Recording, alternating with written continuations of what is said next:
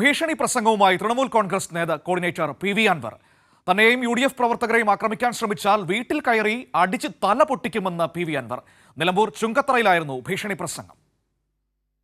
ചുങ്കത്തറ പഞ്ചായത്തിൽ ഭരണം പിടിച്ചതിനു പിന്നാലെ നടത്തിയ പൊതുയോഗത്തിൽ സംസാരിക്കുകയായിരുന്നു PV അൻവർ. ഒരു തർക്കവും വേണ്ട, വീട്ടിൽ കയറി തലക്കടിക്കുമെന്നായിരുന്നു PV അൻവറിന്റെ ഭീഷണി.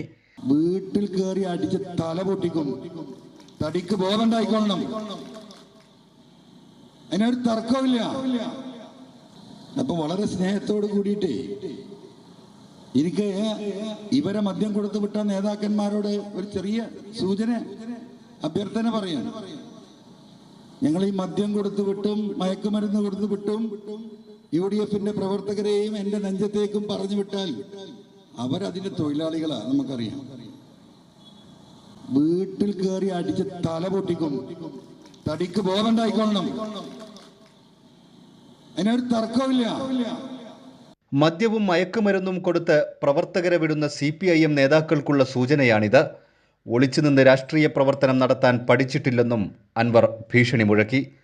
ചുങ്കത്തറയിലെ വനിതാ പഞ്ചായത്ത് അംഗത്തിന്റെ ഭർത്താവിനെ CPIM ഏരിയ സെക്രട്ടറി ഭീഷണിപ്പെടുത്തിയെന്ന് ആരോപിച്ചായിരുന്നു ഈ കൊലവിളി. കൈരളി ന്യൂസ്, മലപ്പുറം.